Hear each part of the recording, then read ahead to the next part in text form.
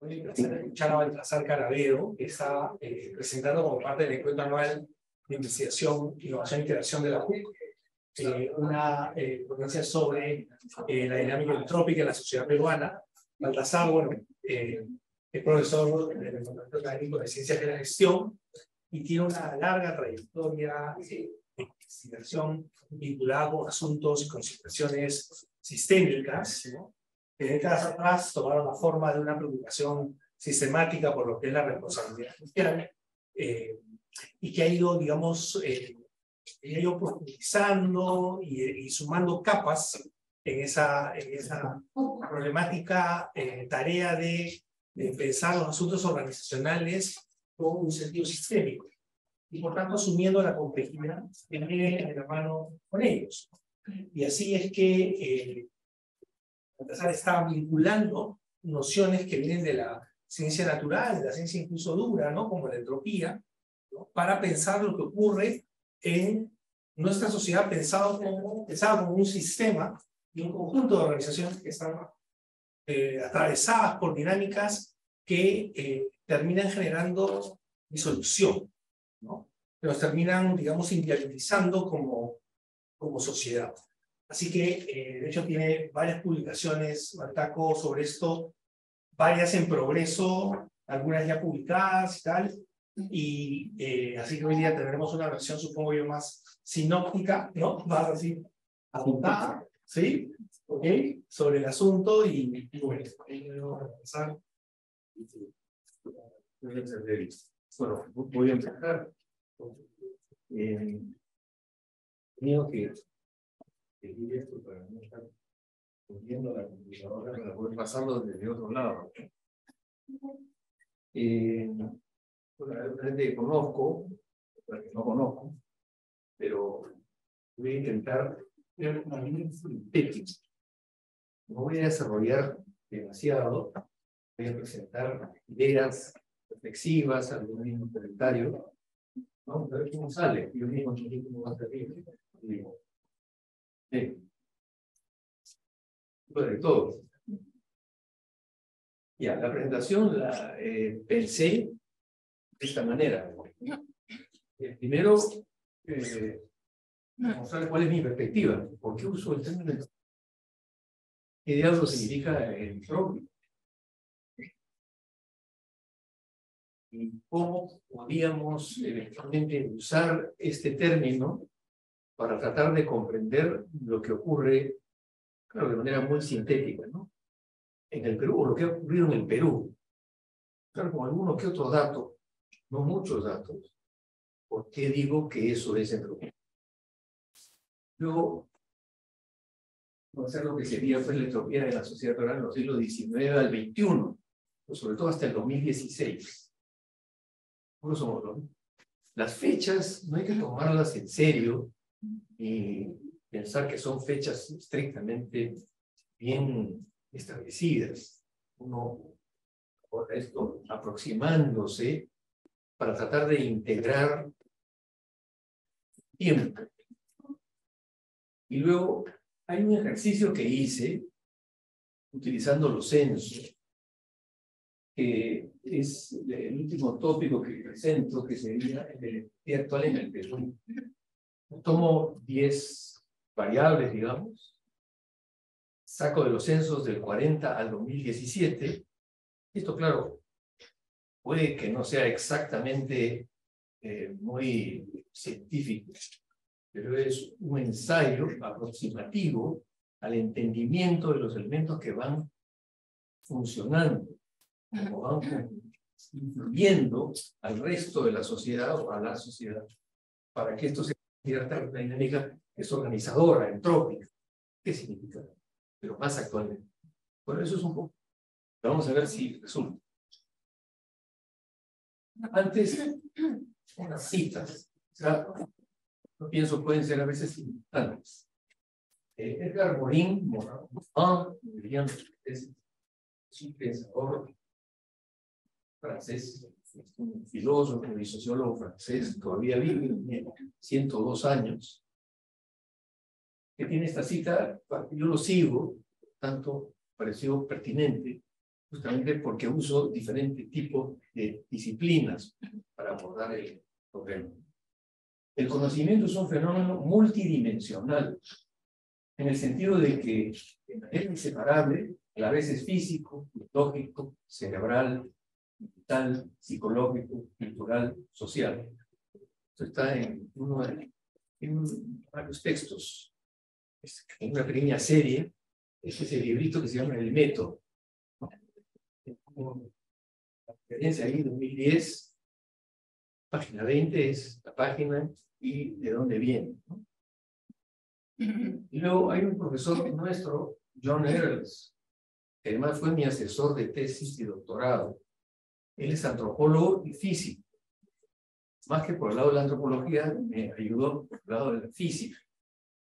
No soy ningún matemático ni ningún físico, pero me dio elementos como para poder utilizar mínimamente al menos algunos de estos elementos o criterios. Él dice, no es posible entender ningún fenómeno dentro de los marcos de una fin. Realmente queremos entender todo del lado de la economía. La economía entró en crisis, entonces la economía va a tener un impacto y todo va a ser entendido desde el punto de vista de la economía. Pero cada disciplina tiene su propia lógica, su propia estructura conceptual, su propia metodología de trabajo. Cuando integrarlas, digamos, es posible tener una mirada, como señala John Earls, o como se señala también Irving Moran, o como señala Capra. Esa que tiene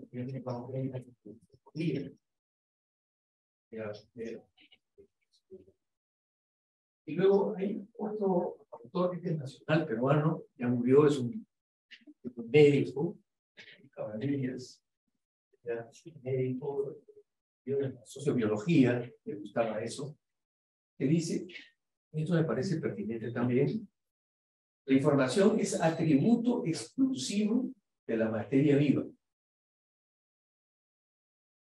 Y solo los seres vivos generan información acerca de su ambiente físico-químico únicamente dentro de ellos mismos. Así es la cita. Es un texto que publicó en el año 2017. Luego agrega, ¿no? La información esencia de la vida. Más información es menos entropía. Menos información es más entropía. Es un poco el planteamiento. Entropía estoy usándolo no solamente física, sino también de otra forma un poco más general, es desorden. Entropía es el desorden. Lo contrario que vendría a ser la negentropía, ese es el término que se utiliza, vendría a ser justamente lo opuesto, ¿no? Cómo se ordena. Más información es menos entropía.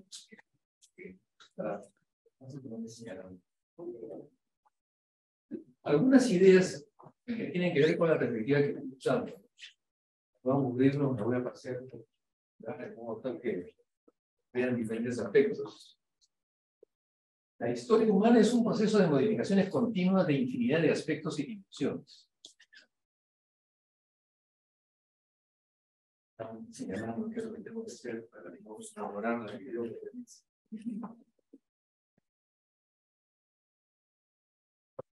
Cuando uno se remonta, pues no sé, al Homo sapiens hace 200.000 años y comienza a ver lo que han estudiado las entendidas, cómo se han ido modificando los vínculos que se han establecido entre las personas de esas épocas. Uno puede ver que se han modificado las maneras como se percibían, el lenguaje, por ejemplo, que se ha desarrollado, el arte, la pintura, los trazos que se hacían sobre las piedras, etc. Pero, digamos, esos son un aspecto inicial de la configuración del ser humano. Y la historia humana es la continua modificación de estos elementos, aspectos que han impactado sobre la manera como nosotros establecemos los vínculos. Todas esas perturbaciones producen vínculos y producen relaciones. No solamente entre los mismos seres humanos, sino con otros seres vivos. También, por supuesto, con la materia inerte que nos rodea. Esos vínculos que establecemos son energía. O flujos de energía. Cuando yo hablo, estoy comunicando un mensaje que tiene una estructura. Ustedes captan, escuchan, la interpretan y luego la desechan, que es una posibilidad, no utilizar, podría ser otra posibilidad.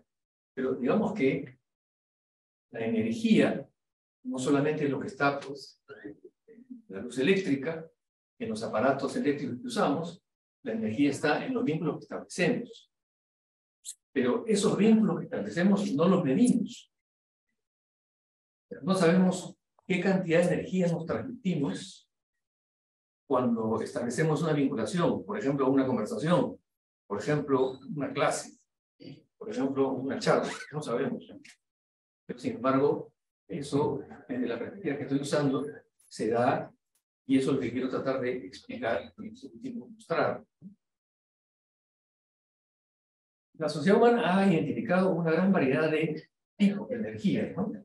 Por ejemplo, hemos usado energía animal, montar a caballo, que las llamas carguen una cantidad de peso para traer minerales, ¿no?, de las partes mineras que tiene la sociedad peruana, o humana. La esclavitud es una forma de conseguirse energía. En este caso, básicamente, física, biológica. El viento, el carbón, el vapor, el petróleo, la electricidad, en fin. Y ahí hasta que estoy incorporando social, donde estoy integrando en ello lo que es lenguaje, conocimiento, afectividad y estoy términos vínculos. Entonces, lo que yo le quiero presentar ahora es una posible ruta de conocimiento de algo que usualmente no se está midiendo, o no se le mide por lo menos desde esta perspectiva.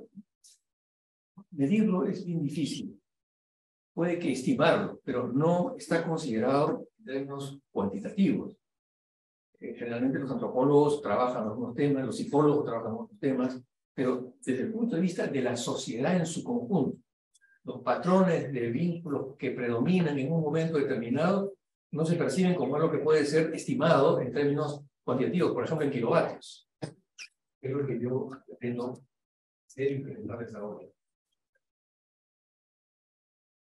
Para poder hacer la medición o la estimación mejor, lo que hago es hacer una distinción entre lo que es la energía objetiva, así le estoy llamando, y la energía que está usando con el celular, la luz que estamos ahora recibiendo, por el inversor que tiene en la habitación, si no es energía eléctrica.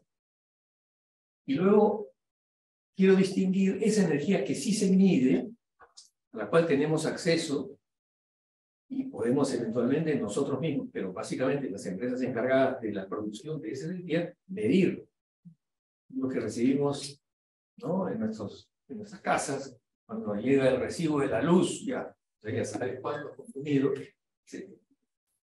Pero en la otra energía, en general, tal como nosotros nos vinculamos, tenemos como dos dinámicas diferentes, dos fuerzas distintas. Una que es de cohesión y otra que es de repulsión. Cuando yo me vinculo, me comunico con algo. Puede que me sonría y le guste. Puede que ella se sonría y me guste. Pero digamos, no lo medimos. Tampoco sabemos cuánto de energía hemos intercambiado. Pero ese intercambio podría ser estimado. Y es un poco lo que estoy tratando de mirar ahora. Por lo tanto, este valor todavía sigue siendo para nosotros invisible.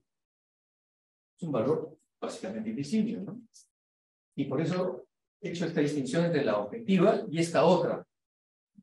Y a esta otra le voy a dar un calificativo, cohesión, restricción. La energía invisible se manifiesta en nuestro comportamiento. Yo ahora les estoy transmitiendo algo que ustedes están interpretando, que yo de repente interpreto de una manera y ustedes de otra, y cada uno de manera particular.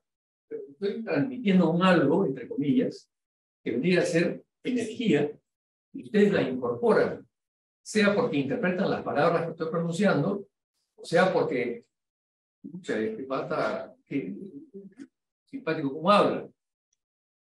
Pero hay un intercambio de ese estilo que lo estoy transformando en una aproximación, vamos a llamarlo un poco generalmente, más desde la física, para poder hacer la estimación. Luego les voy a presentar cómo se ve eso, cómo lo veo en el proceso histórico peruano. O sea, nuestro comportamiento tiene ambos flujos. Todo comportamiento tiene ambos flujos. No es que todos somos unos santos, todos amamos a todo el mundo, tampoco somos unos diablos. Por tanto, todos nos parecen malvados. ¿Cuál es el flujo que predomina? Ese es el desafío. En ese intercambio va a haber un flujo que va a tender a predominar, pero no va a predominar, digamos, indeterminadamente. Un intercambio, va a haber un momento en que va a predominar, digamos, lo cohesivo y va a haber momentos en los que va a predominar lo repulsivo. Si a uno le plantean una situación, le explican de alguien que ha cometido, por decir algo y de manera exagerada, un asesinato, si uno se lo cuentan así nomás, ese es un asesino, y como asesino tiene un valor que yo le voy a dar y no lo quiero ni ver. Pero si yo entiendo que fue de casualidad, que venía de una angustia muy grande, que su madre había muerto, estaba manejando su vehículo, no se había dado cuenta que atropelló a alguien y es diferente cómo te presentan el asunto. Y es diferente cómo, o son diferentes los contextos que hacen que uno produzca un acto. El acto tiene una base histórica, que es lo que de alguna manera uno desconoce cuando le cuentan que rápidamente es un chisme, ¿no? Que es lo que genera conjuntos de recepciones que van a tener un desarrollo X, Y o Z, no lo sabemos. Pero de hecho, todos nosotros tenemos comportamientos cohesivos y comportamientos repulsivos.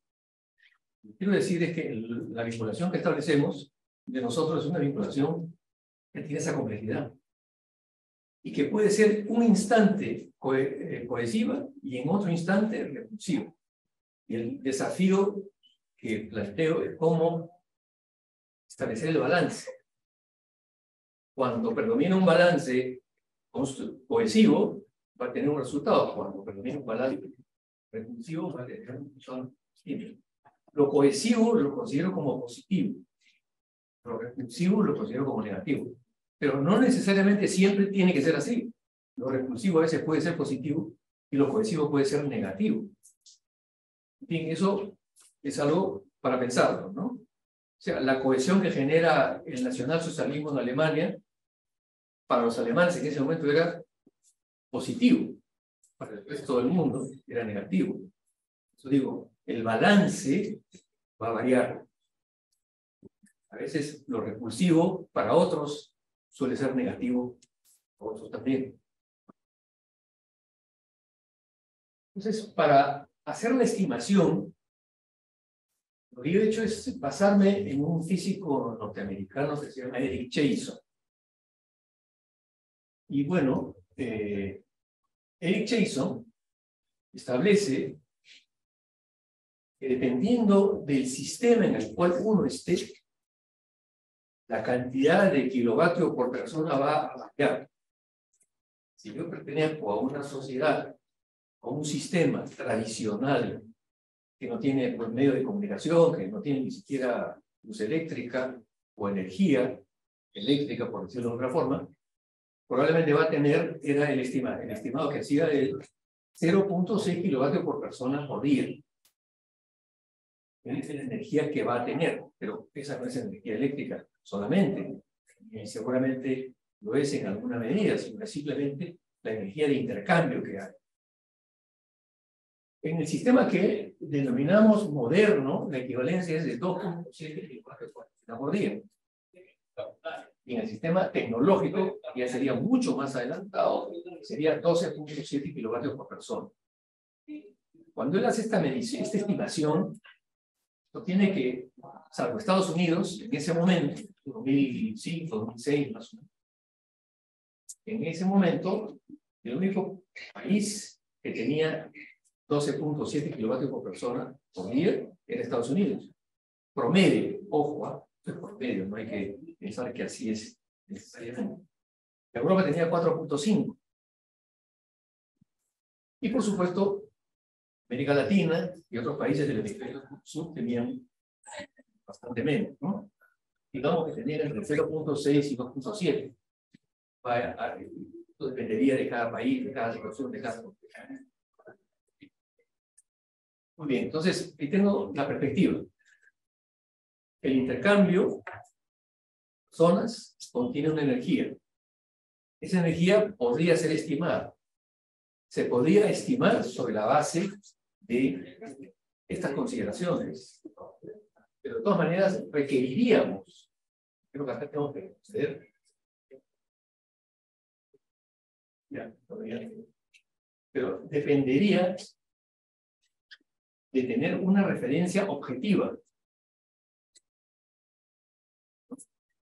No sé, pues, Perú tiene una cantidad de kilovatios anuales o diarios.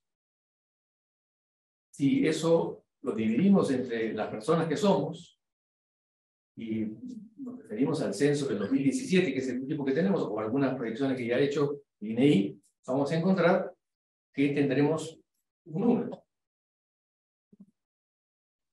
Bueno, ese número que tenemos no es equivalente a lo que yo estoy diciendo ahora, porque lo que estoy diciendo ahora hace referencia a una energía que debería ser producto del intercambio que establecemos, invisible. Nadie la ha estimado nunca. O podríamos eventualmente estimarla, pero no es algo claramente estimado. Veamos, he hecho una revisión de varios textos, muchos textos sobre la historia peruana desde la independencia hasta el presente. Y he distinguido, y esto es una interpretación mía, 4 momentos diferentes. He usado el siglo XIX casi todo, desde 1821 hasta el año 1896, como un solo momento. ¿Por qué el año 96? Cuando nosotros nos independizamos, estaba vigente el código,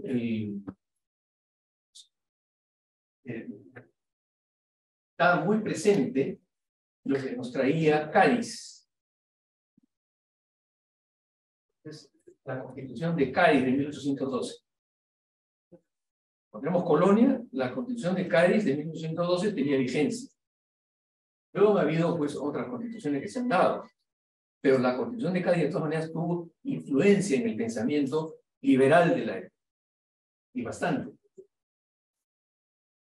Luego, este periodo que va de fines del siglo XIX hasta 1939, otro periodo que va de 1940 a 1968, y finalmente este que va de 1968 al 2016.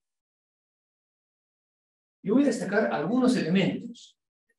No voy a omitir de lo que está visto por la pantalla, algunos, pero se trataba pues de un territorio que estaba con una distribución similar de población. El norte, el centro y el sur tenían más o menos una población similar. Ahora, el territorio estaba totalmente desarticulado. Aparte de que en esa época todavía no teníamos ferrocarriles, por ejemplo, que recién van a comenzar a construirse a partir de la década pues, de 1860. Todo era pues vía caballos, eventualmente llamas también. La población era predominantemente indígena rural, por llamarlo de alguna manera. No habían concentraciones urbanas grandes. Predominaba la producción, obviamente, artesanal, el autoconsumo, poco comercio local, no existía. Y predominaba sobre todo el analfabetismo y las lenguas originales, especialmente el quechua o el aymara. No predominaban los grandes latifundios. Eso va a ser después, pero hasta más o menos después de la guerra con Chile, no había, y eso sí creo que lo ha trabajado hasta Macera, Pablo Macera, y no había pues grandes extensiones de tierras que fueron apropiadas por los terratenientes de la época. Y por otro lado, y esto me ha llamado a mí la atención, la población indígena analfabeta tenía la posibilidad de votar. no votaba marcando una cédula de votación. Ellos se reunían en la plaza pública y manifestaban. Pero tenían una forma de manifestar su deseo de poder con alguien que hacía como de la autoridad que ordenaba lo que se estaba manifestando. Un sacerdote, por ejemplo, podría tener ese peso, ¿no? Eso ocurría en el siglo XIX. Y esto se dio sobre todo entre 1849 y 1895, que la población analfabeta sí votaba. Han habido en el curso del siglo XIX movilizaciones de todo tipo, insurrecciones campesinas, movimientos milenaristas, por ejemplo, Burga y Victoria Galindo, pero también ha habido golpes de Estado, lo que el buen militarismo, un pasaje por lo menos así lo ha mostrado. Se hicieron 8 constituciones, aparte de la Constitución de Cádiz de 1812, hubo una en 1823, 26, etcétera, hasta la de 1867, que era una constitución más bien liberal, que duró poco tiempo. La que más duró fue la de 1860. Esa es la constitución que duró hasta que Leguía da el golpe en el año de 1919 para hacerse del poder en ese momento. Pero han habido movimientos que muestran un intento de cohesión. Por ejemplo, la liberación de los esclavos. El Perú tenía esclavos. O sea, su liberalismo tenía que ser consistente con algo que se manifestara en algún tipo de política. Y la abolición o la liberación de los esclavos con Castilla va a ser lo posible. Igualmente con la abolición del tributo indígena. Eran formas de sometimiento, y bien captaban dinero para las arcas del Estado, también era una forma de sometimiento. Pero contradictoriamente, más o menos en ese periodo se importaron los cubíes chinos, que llegaron a sumar 92.130 entre 1850 y 1874. Y este sí es un movimiento entrópico. O sea, pasamos de generar un clima de cohesión para pasar a un clima que no era propiamente de cohesión, sino más bien repulsivo, que tiene que ver con el sometimiento de un grupo de seres humanos que traían desde Asia. Por otro lado, se inicia la construcción del ferrocarril, de los ferrocarriles. Avanzan poco, pero básicamente ubicados en el centro y el sur. Son los 2 tramos de ferrocarril grande que se tuvo, pero se avanzó un poco, no se avanzó demasiado. Y todo esto entra en colapso con la guerra con Chile. Durante la guerra con Chile tuvimos 5 presidentes. En plena guerra hemos tenido 5 presidentes. Y, por supuesto, si hacemos un promedio, el tiempo que duraba un presidente en el curso de 78 años fue más o menos en promedio 2 años, un poquito menos, pero alrededor de... O sea, cada 2 años había un nuevo presidente. Y cada nuevo presidente, en alguna medida, no sé si exactamente así, pero cada nuevo grupo humano que se hacía cargo del poder, nueva constitución. Y nueva constitución para justificar el gobierno que estaba tratando de conducir. Sabía por eso esa cantidad de constituciones. Hay una búsqueda de cohesión en la sociedad. A nivel de la sociedad, voy a preguntar, pero hay un predominio entrópico de la política. No la sociedad, pero los políticos, pero no podían ponerse de acuerdo. Hasta que llega Manuel Pardo, que fue el primer presidente civil del Perú en 1872. Todos habían sido militares, que se daban golpes unos a otros. Y eso es un tema, porque hay ahí una disociación entre lo que es la política y la sociedad, mientras que la sociedad aparentemente tenía elementos de cohesión. Por otro lado, en el plano político, en el que se daba básicamente las políticas principales del país, había un movimiento más bien entrópico, ¿no? Que si un presidente militar le daba pues, el golpe al otro, que venía o al que ya fue. Entonces, eso es como síntesis, ¿no? Hay una búsqueda de integración de la sociedad, o de cohesión de la sociedad, pero hay un predominio entrópico en la política. En el periodo que va del fin del siglo XIX hasta 1939, van a haber algunos elementos nuevos. Lo más nuevo, lo mencioné al comienzo, es la monopolización de la tierra. digamos, los terratenientes que van a tener un peso y un poder, van a comenzar a apropiarse de tierras que eran de las comunidades indígenas o campesinas, y eso obviamente colocó en una posición de sometimiento o subordinación a quienes trabajaban en el interior de esas haciendas o latifundios, ¿no?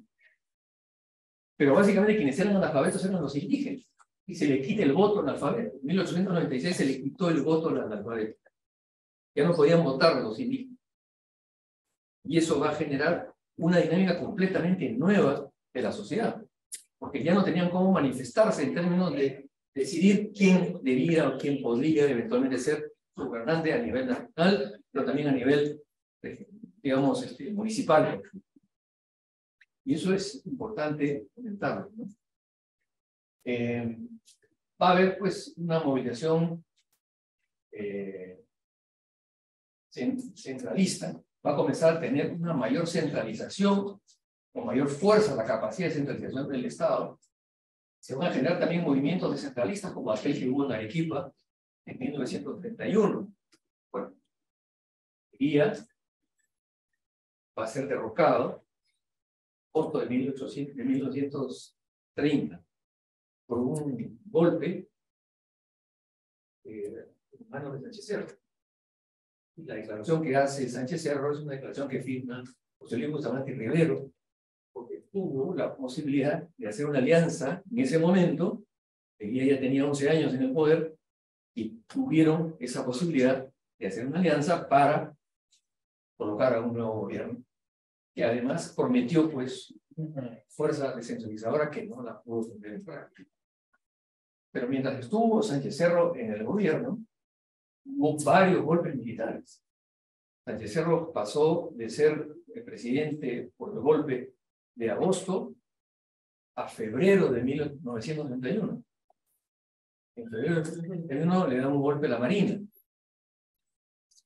mientras que se armaba una insurrección en Arequipa, a cargo de dos comandantes, Ganderas y Reitía, que eran los que buscaban romper con Lima.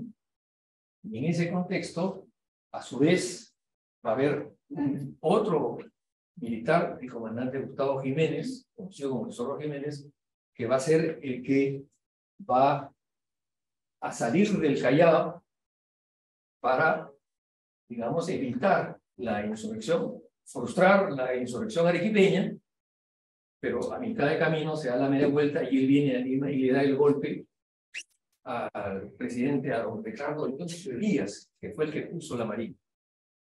En fin, o sea, también han habido ahí varios golpes y además, pues, eso fue un momento muy complicado hasta que, obviamente, David Sáenz Ocampo, en marzo de 1931, en muy poco tiempo, miren ustedes, se hace cargo del gobierno, convoca elecciones generales, se vuelve a presentar Sánchez Cerro, gana Sánchez Cerro, derrota a María de la Torre, y se elige también un congreso constituyente. De ese congreso constituyente fueron expulsados 21 congresistas, 20 que eran apristas y uno que era descentralista, que era arequipeño. No pasó nada, digamos, entre comillas. Entonces ha habido movilización descentralista fuerte, que tuvo impacto, dicen que la información que yo he recogido, tanto en Piura como en Loreto hubo movilizaciones también descentralistas en contra de Lima. Aquí la presidencia tiende a durar un poquito más, pero no mucho más. Lo que, digamos, da este promedio tiene que ver con el oncenio de Leguía y con el hecho de que durante esta época hubo también, hasta 1919, lo que Basaglia llamó la República Aristocrática, que tenían gobiernos que duraban más o menos 4 años cada uno y tuvieron una dinámica más o menos estable, digamos así, República Aristocrática, por la estabilidad también que tenían. Bueno, se van a dar dos constituciones, la de 1920 y luego la de 1933. La del 20, conducida por el propio Leguía, y la del año 33 por el Congreso Constituyente que se había elegido en las elecciones de octubre del año 31. Va a comenzar a extenderse una vía de comunicación que va a ser la radio. ese momento, no, digamos, hasta 1915, 20, la radio prácticamente no existía, había telegramas y eso, pero no había radio, ¿no? La radio va a comenzar a expandirse. Y eso va a ser un vehículo de relación de las personas unas con otras en diferentes lugares del país, aunque por supuesto siempre limitado a un núcleo más o menos determinado. Se comienza a expandir la construcción de ferrocarriles del centro y del sur. Se terminan los tramos y por tanto hay dos, digamos, territorios, dos geográficos del Perú que van a estar más vinculados por la actividad de la exportación que comienza a tener más fuerza. Y la exportación blanera por el lado del sur. Y bueno, en esta época podemos decir que hubo un predominio entrópico en la sociedad y en la política. O sea, lo que había sido una disociación en el siglo XIX, acá se convierte en un movimiento, vamos a decir, conjunto, único, ¿no? Ahora, el otro periodo es el que va de 1940 a 1968. Se va a mantener todavía la monopolización de la tierra, pero la movilización campesina va a comenzar a darse, y luego una demanda por forma agraria. La mayor articulación del territorio y la sociedad se van a dar, porque se va a terminar, por ejemplo, la carretera panamericana que se termina hacia fines de la década del 40. Va a incrementarse la alfabetización, va a incrementarse la población urbana, se le va a dar voto a la mujer, se va a expandir la televisión que empieza a funcionar desde el año 58, 58 básicamente. Va a haber aviación comercial que ya va a conectar varios puntos y va a haber también una dinámica de crecimiento industrial. Esto, que es simplemente alguna información, me permite sostener que una disminución de la entropía en la sociedad y un crecimiento de elementos de cohesión. Y, de todas formas, en esta época va a haber incrementos también de la entropía política. Esta disociación se va a volver a producir en este periodo, aunque no tan radicalmente como lo hemos conocido después. Pero esto va marcando, en términos entrópicos, la dinámica de la sociedad. Luego, entre 1969 y el 2016, cuando va a venir el gobierno militar, va a implementar ciertas reformas que no van a durar mucho, en el sentido de que las reformas se van a revertir y la estatización que había logrado el gobierno militar va a dar curso a una privatización básicamente como el gobierno del... Va a haber el reconocimiento al voto del analfabeto. Eso sí, va a ser un movimiento de cohesión importante, porque cada vez vamos a tener una mayor parte de la población que tenía el derecho a votar. Se hicieron dos constituciones y se va a retornar, después de lo que fue el Sinamos, digamos, y la dificultad que tuvieron los partidos políticos para actuar, se va a retornar a la vigencia de los partidos políticos, pero los partidos políticos se debilitan. Y su debilidad también va a producir energía entrópica. Lo que tenemos ahora son remedios de partidos políticos, de un pequeño grupo que se han instalado, han aprovechado un momento electoral y se han hecho de un espacio que es el Congreso de la República, que ahí funcionan básicamente, pero sin una conexión real con el resto de la sociedad. El terrorismo, que va a ser una energía entrópica muy fuerte, se va a dar también en este periodo. Y luego la expansión de la corrupción. Esto creo que todos hemos sido testigos de lo que estoy diciendo. Entonces, se puede decir que hay una especie de volatilidad de la energía social en su conjunto, pero sobre todo también de la energía entrópica.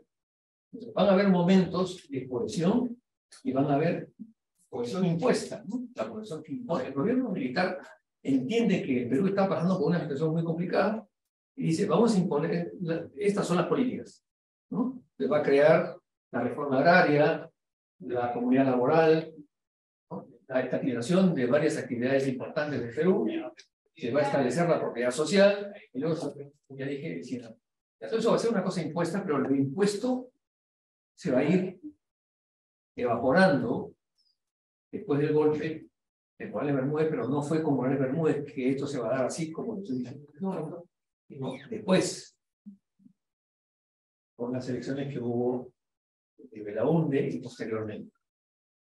Entonces, este debilitamiento de los partidos políticos, el terrorismo y la expansión de la corrupción van a generar un movimiento que va a tener, a su vez, elemento cohesivo que va a ser el voto, el alfabeto, que van a ir generando una suerte de volatilidad. O sea, de repente iba para arriba, de repente iba para abajo. Eso se puede ver con mayor detalle, pero no voy a presentar ahora. Y ahora permítame entonces presentar lo que les había anunciado, que es el ensayo que he hecho de una entropía actual en el Perú. Pero para eso sí necesito estos cuadros.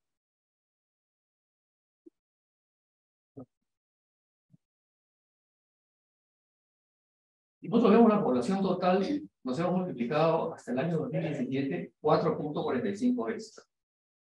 La población urbana ha pasado de 31.28% en 40 a 79.13 en el 2017. El número de ciudades con 100.000 habitantes o más ha pasado de 1 en el año 40 a 26 en el año 2017. La aglomeración es importante. La urbanización, o sea, la aglomeración implica la posibilidad de mayor empatía, o sea, de encuentros empáticos. Cuando estamos más aglomerados, vamos a cruzarnos más veces, vamos a hacer algún tipo de contacto, puede que sea simplemente un saludo, pero a veces es más que un saludo, es una conversación, grupos que se van, ¿no?, formando y que van interactuando a propósito de lo que ocurría. Con la televisión, que da más información, con la aglomeración que da más cercanía, todo eso va a ir generando una dinámica social. Y luego el analfabetismo va a pasar, miren ustedes, casi del 58% a 5.8% en el 2017. Esto también es un movimiento de cohesión, o sea, hay elementos de cohesión que tienen que ver, bueno, y el hecho de que el castellano fuese una lengua que adquirió más importancia, ¿no?, porque pasó de 31.3 a 2017 figura como 82.9, aunque en el año 81 ya figuraba como 89.2, pero el hecho es que quiere decir que el bilingüismo se amplió. También se extendió la red vial y el parque automotor. Hemos pasado de 4.856 kilómetros de red vial en el año 40 a 179.808, o sea, más o menos un incremento de 37 veces lo que vendría a ser la cantidad de kilómetros de extensión de carretera.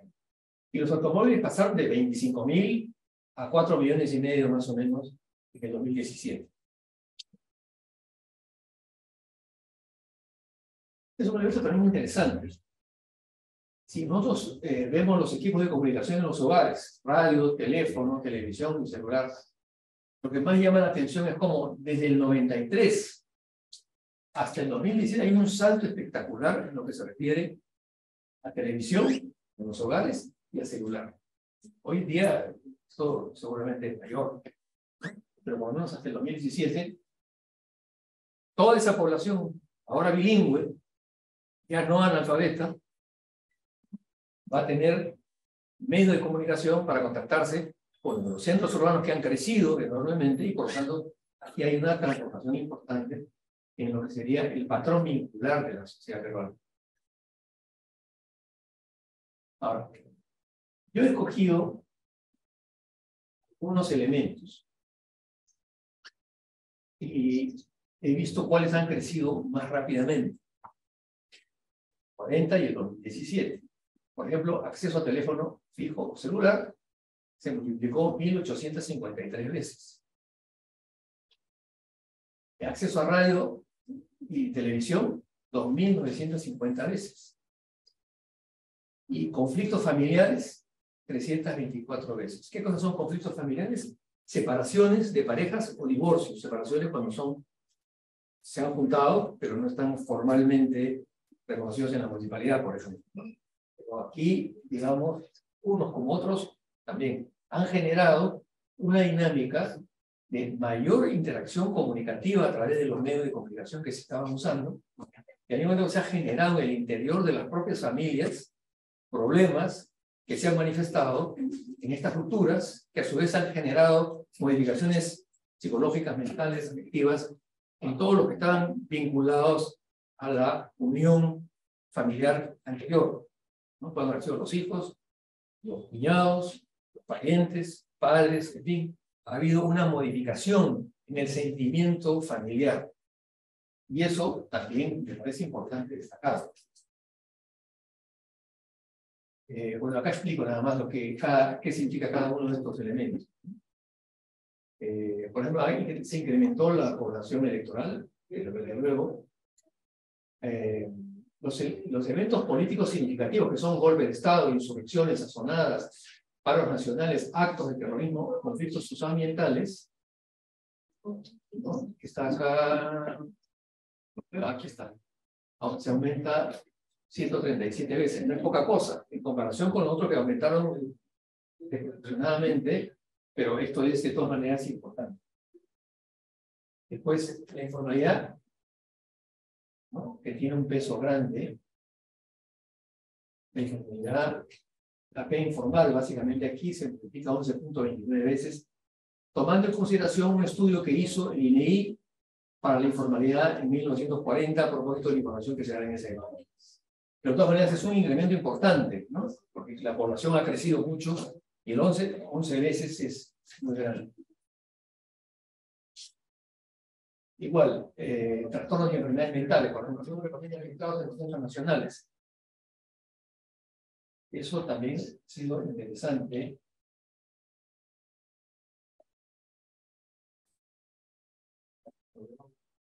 Pero bueno, fue de todas maneras. Cuando he tratado de medir la energía eléctrica, aquí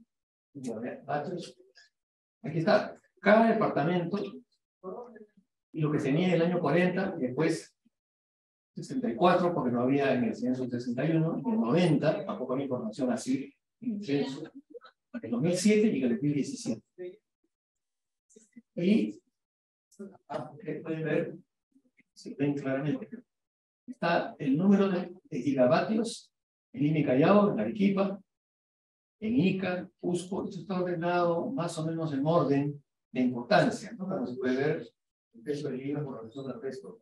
Y Arequipa también, que tenía un peso significativo. Arequipa, Ica, Cusco, Ancas, La Libertad, también estaban más arriba. Pero había este dato de gigavatios. Y esto me permitió también establecer cuáles eran sociedades tradicionales y cuáles eran sociedades modernas, o sea, sistemas tradicionales y sistemas modernos o eventualmente tecnológicos. Aquí lo que hago es, utilizando entonces la influencia de Chase, ¿no?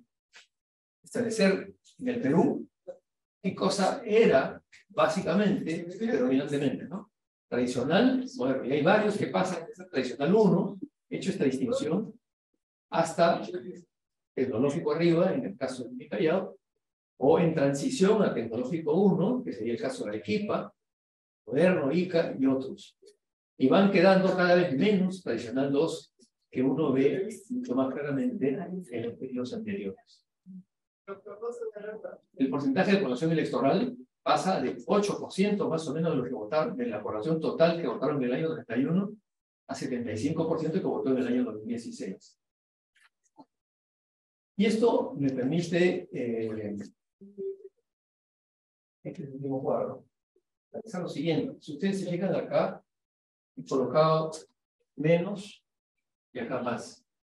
Entonces, en el curso de este periodo hay momentos en los cuales predomina la energía de repulsión. Y hay momentos en los que predomina la energía de cohesión. Y esto va a tener que ver con la sumatoria de lo que está en rojo y lo que está en negro, que van a dar, por ejemplo, en el caso de la entropía, al 2017, una cantidad que es casi el doble de lo que había de cohesión. Y por lo tanto, lo que entre el año 2007 y el 2017 se va a dar es un incremento muy fuerte de la entropía. Y tengo la impresión de que eso está. Todo lo que hemos vivido hace relativamente poco, desde la corrupción hasta las movilizaciones que hemos sido testigos también por la pantalla. Entonces, el Perú es un país que está en permanente volatilidad entrópica, por llamarlo de alguna manera. Y que básicamente lo que más pesa en todo ello tiene que ver con la política. La política es el elemento entrópico por excelencia en el caso peruano. ¿Se puede revertir? No lo sé. Pero no es fácil. Si lo fuera, eso implica un trabajo denso y de mucho tiempo. En todo caso, negativas, sino siempre de básicamente lo que yo quería presentarles. ¿Tienen alguna pregunta? Pues ya pasó demasiado tiempo. ¿No la tienen? ¿Qué dice? Por favor, adelante.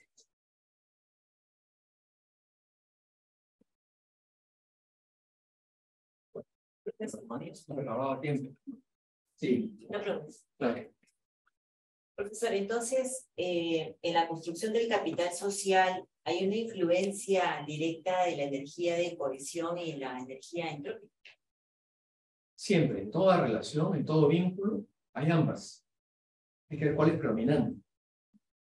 Acá es una especulación, o si quieren una reflexión a propósito de la información, que a su vez tiene una elaboración previa, que es la que más o menos mencioné al comienzo. Pero yo lo que quisiera es poder eventualmente ver si eso es factible. Y para mí sería importante establecer un vínculo, por ejemplo, con lo físico. Tienen más manos levantadas, ¿no?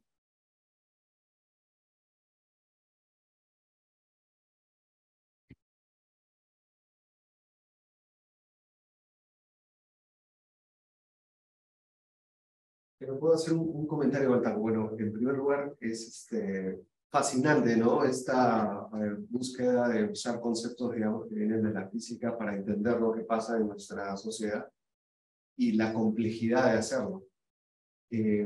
Pienso, por ejemplo, en lo siguiente, la informalidad en el Perú, ¿no? Que incluso la colocas ahí como uno de las dimensiones que evalúas, y lo haces incluso en términos negativos. Sin embargo, la informalidad, más que ausencia de normas, de reglas, es la ausencia del control del Estado sobre reglas que están establecidas solamente que por fuera del sistema. Es decir, hay orden dentro de la informalidad. Hay orden dentro, hay unas reglas, claro, que no nos gusta, ¿no? Que van en contra incluso de ciertas dinámicas económicas o sociales o políticas, pero que en algunos casos pueden ser cohesivas porque permiten las dinámicas sociales. Entonces, todo lo cohesivo es positivo, ya lo dije al comienzo, ¿no? Y todo lo repulsivo es necesariamente negativo. Hay que interpretarlo en cada contexto. Una buena pregunta la que tú haces, ¿no? Un poco como para formular, ¿no?, una reflexión adicional. Pero y en este caso además estoy tomando la PEA.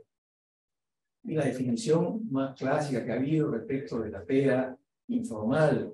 Pero yo creo que esto hay que complejizarlo más. Yo creo que los vínculos informales son vínculos que se dan más allá del trabajo. Yo le digo a Rosa en este momento, mañana te llamo, y ella me dice, claro, sí. Eso es una falsa promesa. Es un vínculo informal. Que ella responde con informalidad. Sí, sí, claro. Ese vínculo es parte de la característica de la sociedad peruana. ¿Cómo lo mides? Y ahí tendrías que reinterpretar el asunto para ver en qué momento lo informal puede ser obviamente positivo y en qué momento es negativo. Yo lo tomaba acá como negativo, pero básicamente porque me he limitado a verlo en términos de el 75 o 80% de la población trabaja en condiciones informales, no tiene pues seguro social, no tiene nada, ¿no? Y eso ya es algo negativo que va a influir en su comportamiento. Entonces, una buena pregunta.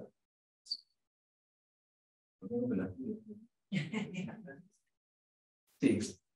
Usted dijo que mientras más conocimiento acumulemos, menor va a ser la entropía, ¿cierto? O sea, pero durante los años vemos que la entropía está creciendo. Eso quiere decir que está mal que sigamos acumulando conocimiento, que no sabemos cómo usarlo correctamente.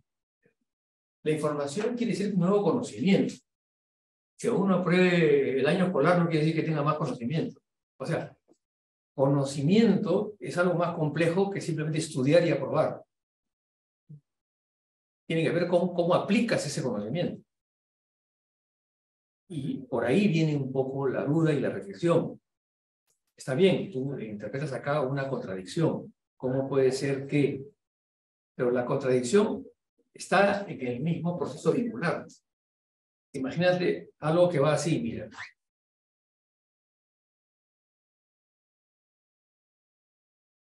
Voy avanzando un poquito, ya, para simplemente tener una imagen física.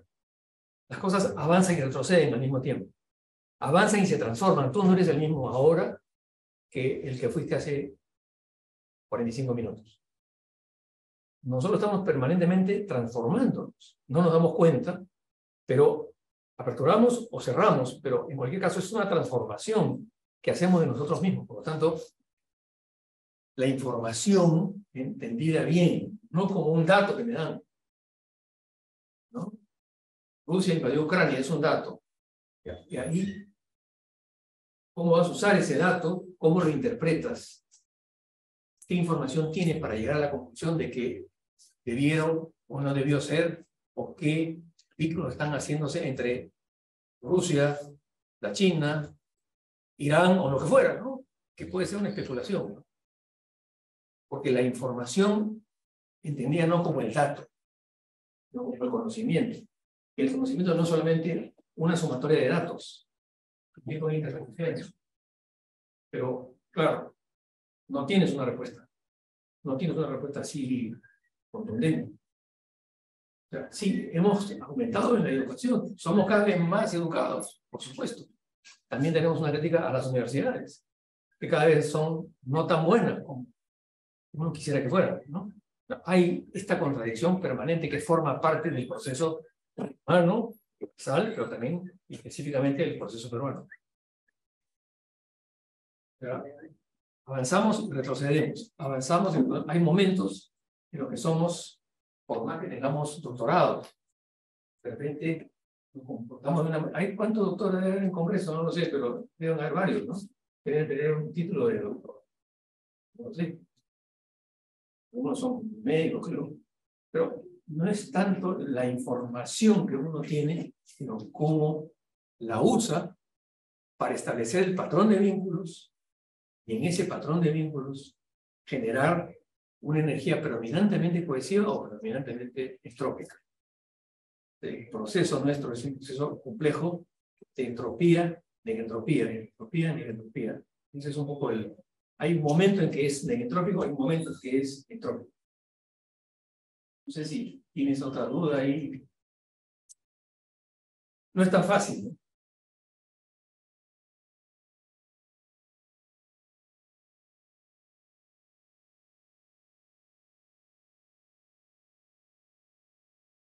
Bueno, sí.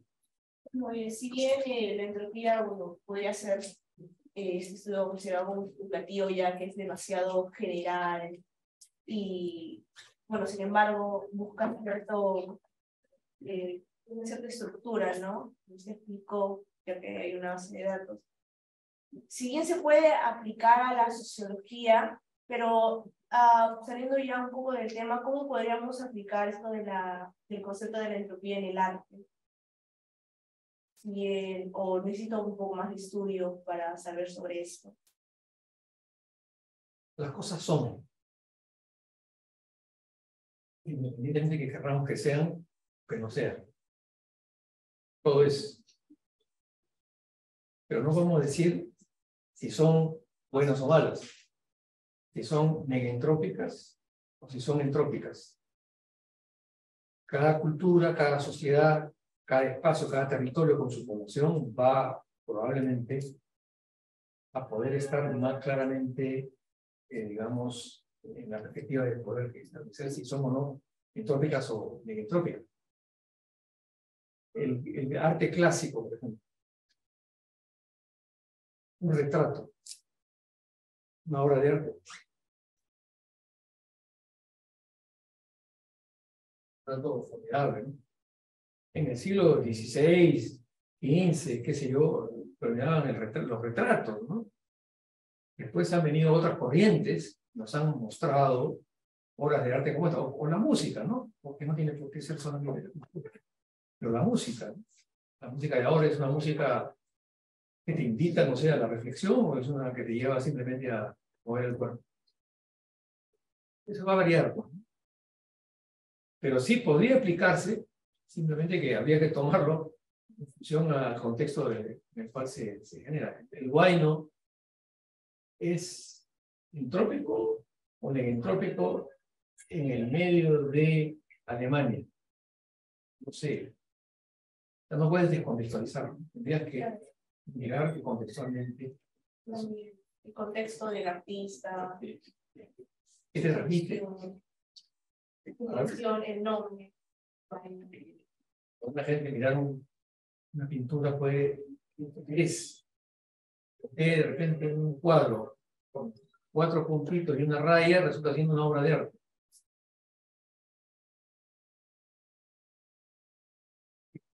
Blanco y negro. No podemos decirlo así tan. Digamos que la entropía se puede aplicar para cualquier cosa. Que la vida misma es un movimiento continuo de entropía y negentropía. Si no hubiese entropía en ti o en mí, no tendríamos vida. La estabilidad es la muerte. Lo único que es estable es la muerte. La muerte ya no hay movimiento. Cuando no hay movimiento no hay ni negativo ni positivo, no hay ni entropía ni negentropía. No hay ni siquiera información y no podría verla porque ya uno es un ser inerte.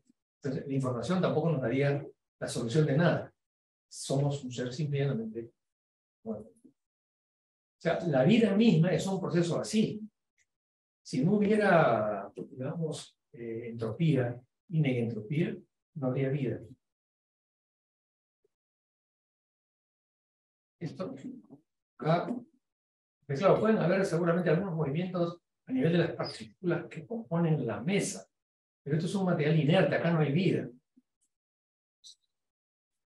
Hay algunos pensamientos que nos podrían decir, tu cerebro es materia, y de tu materia sale todo el pensamiento que tienes.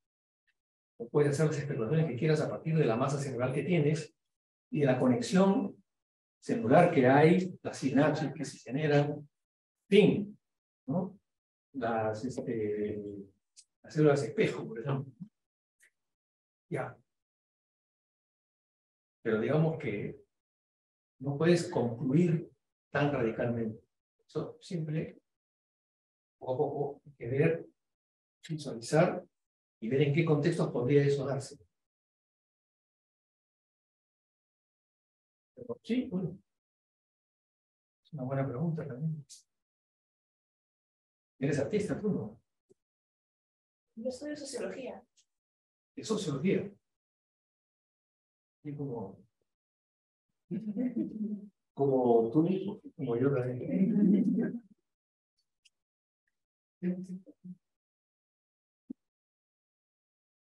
Muy bien, si no tienen más comentarios, te agradezco su venida.